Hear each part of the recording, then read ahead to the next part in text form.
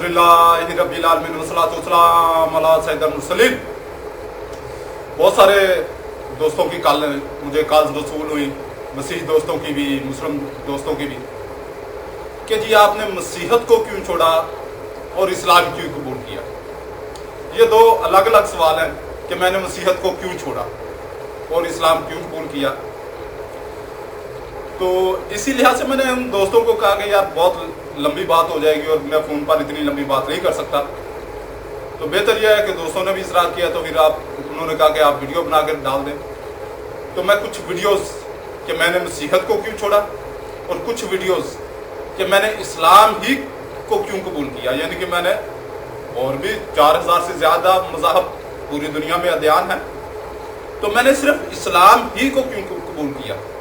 इस पर इंशाल्लाह कुछ वीडियोस तैयार करूँगा, तो वो अपना यूट्यूब पर, फेसबुक वगैरह पर डाल दूँगा, तो पूरी तवज्जो से देखिएगा। और अगर कोई इन वीडियोस में मुझे कोई जवाब देना चाहे, कोई भी क्रिश्चियन, कोई भी मुस्लिम मेरी कोई तस्हीह करना चाहे, तो वो वीडियो बना के भी डाल सकता है, मुझे कॉल भी कर सकता है। तो मौजू की तरफ आते हैं।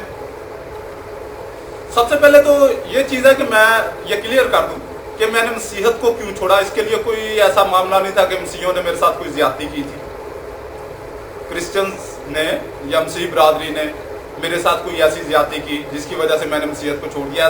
ऐसा कोई मामला नहीं था। ना मुसलमानों ने मुझे कोई ऐसा लालच दिया था कि मैं इस्लाम कबूल कर लेता, हालांकि मैं सख्त किस्म का क्रिश्चियन था।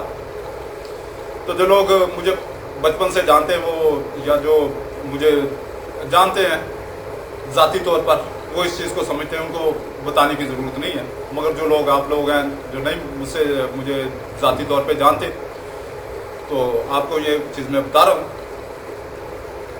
इसकी ख़ास वजह थी मसीहत को छोड़ने की। मसीहत को छोड़ने की ख़ास वजह मसीहत का लिटरेचर, यानी कि बाइबल। अगर हम कुरान पाक को इस्लाम को देखेंगे तो कुरान और हदीस को देखेंगे, और अगर हम मसीहत को देखेंगे तो बाइबल को देखेंगे, हिंदुइज्म को देखेंगे तो गीता को देखेंगे, सिख मत को देखेंगे तो अपना ग्रंथ। इसी तरह किसी भी मजहब की किताब को देखते हैं। अब मसीहत की बाइबल जो है, बाइबल में कुछ ऐसे मामलात मेरे सामने आए, हालांकि बचपन से मैं बाइबल रीडर था, बाइबल बचपन से तिलावत करता आ रहा था, और जैसे जैसे मैंने सिने शऊर संभाला तो बाइबल ही ज़्यादा मेरी स्टडी में रही। तो बाइबल में कोई चीज़ें ऐसी मेरे सामने आई जिसको मैंने फादर्स, क्योंकि मैं कैथोलिक था, ब्रदर्स, अपने टीचर्स और दूसरे अपना पादरी साहबान का प्रोटेस्टेंट वालों से, मुख्तलिफ मिशनों के लोगों से, स्कॉलर्स से, तो इसके लिए मैंने बड़े बड़े सफ़र भी करता था कि फ़लाँ प्रोफेसर साहब जी फ़लाँ जगह पे किताब करेंगे या 3 दिन का सेमिनार है, तो मैं जाता था। तो मैंने उनसे कई तरह के सवालात करने, वो मुझे तसल्ली बख्श जवाब नहीं दे पाए। वो मुझे, यानी कि ना प्रोटेस्टेंट, ना कैथोलिक, ना कोई और मिशन। तो लिहाजा इस वजह से मुझे मसीहत को छोड़ना पड़ा। क्योंकि मेन चीज़ ये है कि हम अगर जब दीन या मज़हब कबूल करते हैं, उसमें जो मेन चीज़ होती है, मेन अकीदा होता है, वो होता है अपनी आखिरत के बारे में।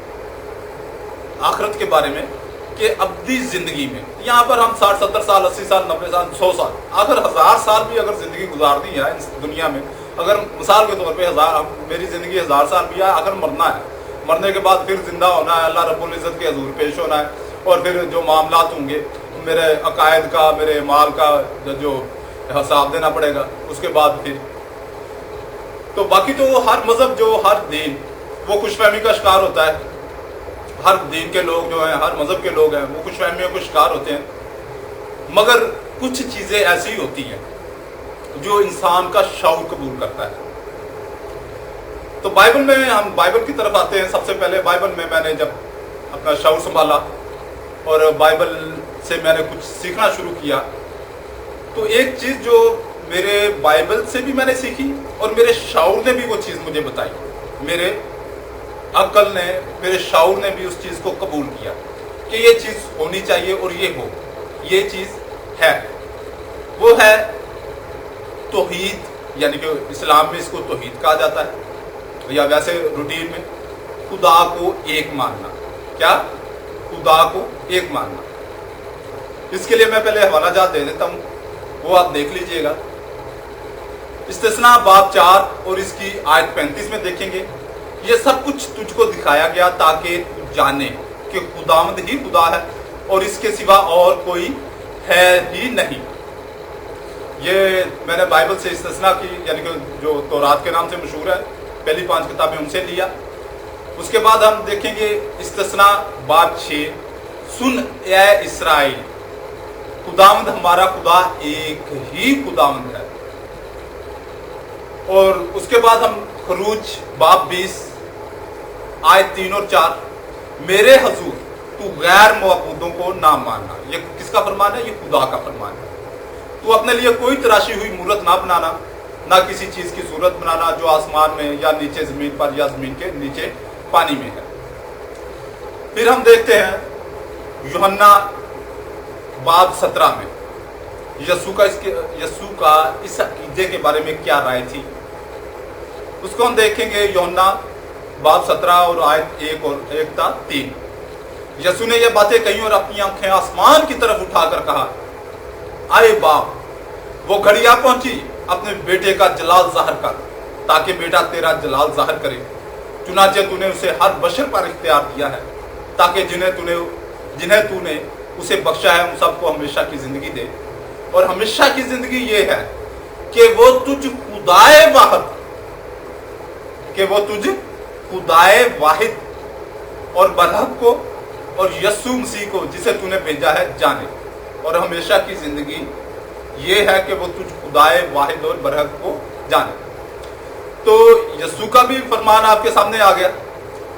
उसके बाद एक, अगर कोई शिरक करना शुरू कर दे, यानी कि वो कोई दूसरा खुदा मान ले, तो उसके लिए क्या किया जाएगा?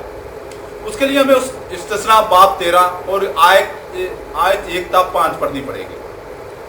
अगर तेरे दरमियान कोई नबी या ख्वाब देखने वाला जाहिर हो और तुझको किसी निशान या अजीब बात की खबर दे, और वो निशान या अजीब बात जिसकी उसने तुझको खबर दी वकूअ में आए, और वो तुझसे कहे कि आ हम और माबूदों की जिनसे तू वाकिफ नहीं पैरवी करके उनकी पूजा करें, तो तू हरगिज उस नबी या ख्वाब देने वाले की बात को ना सुनना, क्योंकि खुदावंद तुम्हारा खुदा तुमको आजमाएगा ताकि जान ले कि तुम खुदावंद अपने खुदा से अपने सारे दिल और अपनी सारी जान से मोहब्बत रखते हो या नहीं। तुम खुदावंद अपने खुदा की पैरवी करना और उसका खौफ मानना और उसके हुक्मों पर चलना और उसकी बात सुनना, तुम उसकी बंदगी करना और उसी से लिपटे रहना।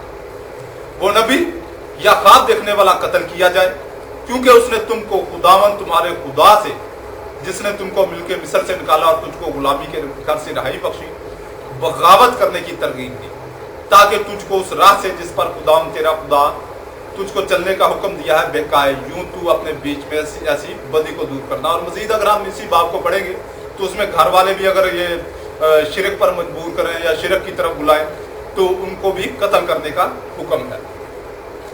तो ये चीज मेरे जहन ने, मेरे दिल ने, मेरी अक्ल ने तस्लीम की कि खुदा सिर्फ एक ही होना चाहिए। अगर बाइबल में सिर्फ यहीं तक रहता तो यकीनन मैं कभी भी मसीहत को ना छोड़ता या मसीहत से बददिल ना होता, मसीहत से नफरत ना करता।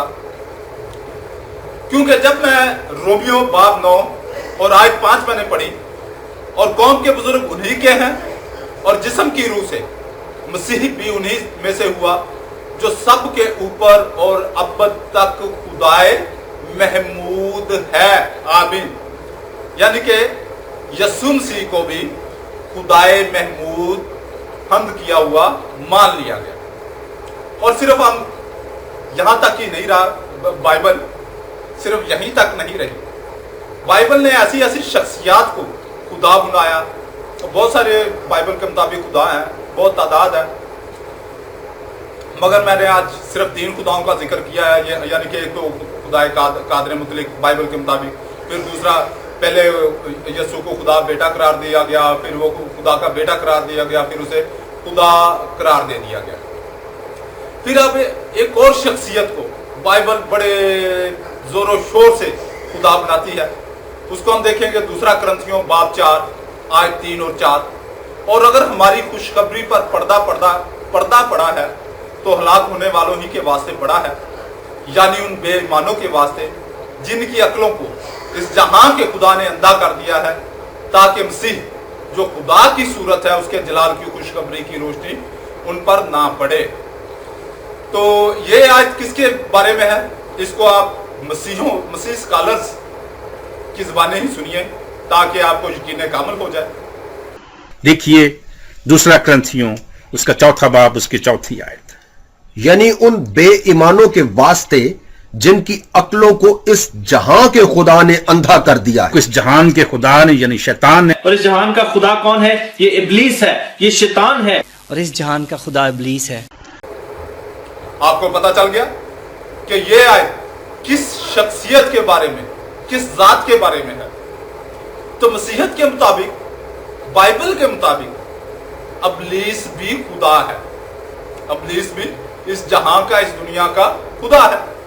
अब मेरा ज़मीर अगर मैं मसीहत में ही रहता और मैं इसी चीज़ पे बाइबल की मुतज़ाद तालीमात को ही मानता रहता, तो यकीनी तौर पर यह मेरी गलतफहमी नहीं, ये मेरी कोई खुशफहमी नहीं, ये मेरी अकल का, मेरे दिल का, मेरे ज़मीर का फैसला है कि मुझे मसीहत को खैरबाद कहना पड़ा। वजह क्या थी?